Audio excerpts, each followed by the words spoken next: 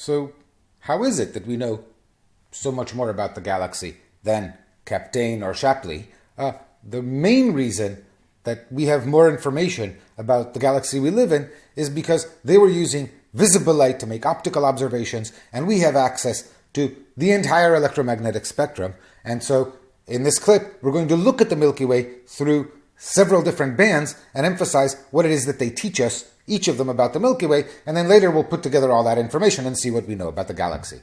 So here's the multi-wavelength approach to the Milky Way, and each of these images is an image of the entire plane of the Milky Way folded around, unfolded, so that the center is Sagittarius. The direction to the center of the Milky Way is centered in the images, and we're seeing all of these, except the bottom, are false color, and we're seeing images of the Milky Way as it appears in various frequency bands. And we'll start at the lowest frequency at the top. These are radio waves, 408 kilohertz. The radiation at these wavelengths is produced mostly by relativistic electrons propagating in the galactic magnetic field. So we see that there are a lot of emissions near the center of the galaxy, and we see some localized sources. The source on the left is Cassiopeia A, the supernova remnant. We talked about it, and the emission from there is, in fact, so brilliant that if you look carefully, you can see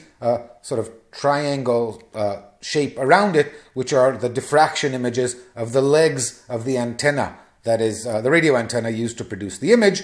And so this gives us a map of where high-energy charged particles are found. At a slightly higher frequency and a slightly shorter wavelength, at 1.4 gigahertz, we have an extremely important measurement. The wavelength corresponding to 1.4 gigahertz is about 21 centimeters, and this is an important frequency because it allows us to see clouds of neutral atomic hydrogen. Now, neutral atomic hydrogen is difficult to see because unless it is very hot, the atoms are mostly in the ground state, and the frequency or the wavelength corresponding to excitation from the ground state to excited states is ultraviolet. So cold atomic hydrogen has absorption spectrum in the ultraviolet, but there's not enough necessarily ultraviolet light to observe it.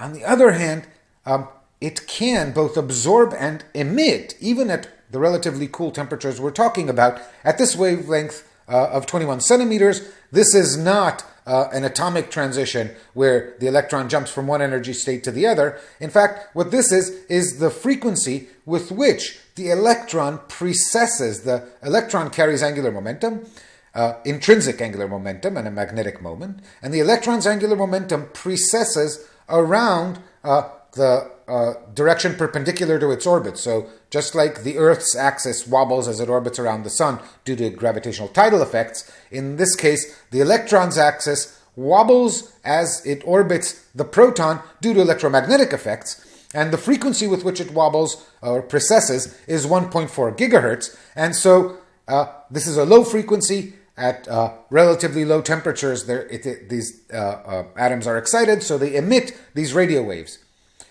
Two great properties of this. One is it's emitted by neutral hydrogen, and two, because it is a radio wave, dust and gas clouds do not obscure it. So when we look at 21 centimeters at the galaxy, we can see through the clouds and the dust, and we can see the big gas clouds themselves.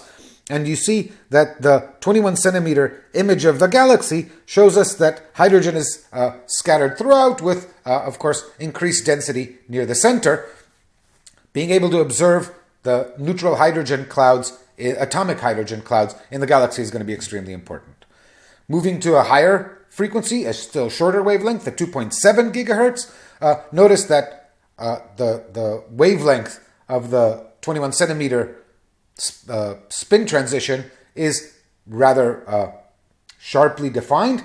You change wave frequency, you don't see the atomic hydrogen anymore. 2.7 gigahertz, we're looking at emissions by ionized gas and also fast, albeit not relativistic, electrons. And again, we see Cassiopeia A as a source. We see the center of the galaxy as a source. So these, again, are energetic, localized sources producing these. And there is also a sort of galactic emission, but that's been subtracted to exhibit these point sources better in this picture. The middle pane is 115 gigahertz, and this is again an important one. In fact, this corresponds to the energy of a transition in carbon monoxide. Carbon monoxide? Where would we find carbon monoxide? Turns out that carbon monoxide, while rare, is a very useful tracer molecule. Its concentrations in various regions of the galaxy closely trace the concentrations of molecular hydrogen. Where you find molecular hydrogen clouds, there are small trace concentrations of carbon monoxide. Following the carbon monoxide, we get a mapping of molecular hydrogen, and we see, as I said, that molecular hydrogen is constrained to the plane of the galaxy, and we also see that in certain places there are a broadening of sort of places where the hydrogen clouds spill out of the plane, and we'll see those again in a second. At a slightly higher frequency, between 3 to 25,000 gigahertz, these are infrared emissions, and these far infrared emissions, in fact, are given off. We see that there are not many point sources, but sort of a continuous emission from the entire galaxy.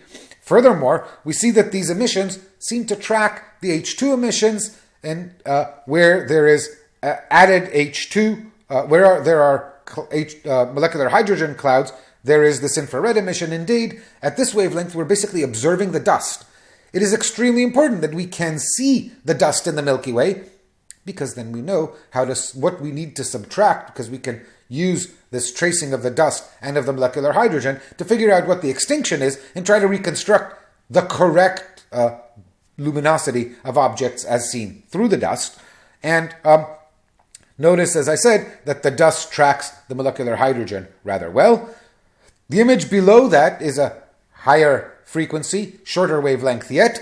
This is the near infrared, and in the near infrared, dust is not hot enough to glow. What we're mostly seeing is the emission of stars. Which stars emit a lot of infrared radiation? Red stars. Which stars emit most of the infrared radiation?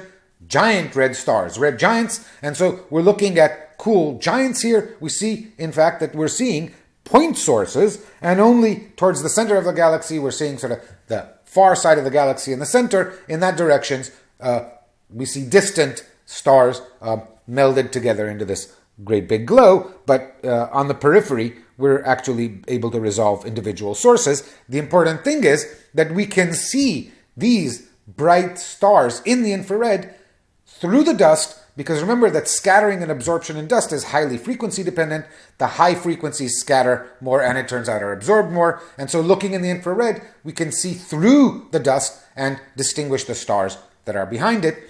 Stars that produce lots of infrared will, of course, be more visible in this wavelength, but we can see through the dust. These are all the things that Kapteyn and Shapley did not have at their disposal. At the bottom, we finally see a visible light image of the Milky Way. This is the familiar image. We see the dark dust lanes which traverse the Milky Way, where there are clouds of dust and molecular hydrogen absorbing the light, and we cannot see stars there. Of course, in the visible light, it's the blue luminous stars that dominate what we see, but we cannot see them. And it's interesting to compare the lowest image with, say, the middle image, and see how closely the molecular hydrogen clouds track the gaps in visible light. The gaps in the Milky Way as we see it are precisely at the positions where molecular hydrogen and the attendant clouds of dust are obscuring the light. This is the technology from space observatories and X-rays and gamma rays that I haven't even included here to radio telescopes that was not available to Shapley and Kapteyn, and it's thanks to that we have such so much better a picture of how the Milky Way is constructed. Let's see what it's all taught us.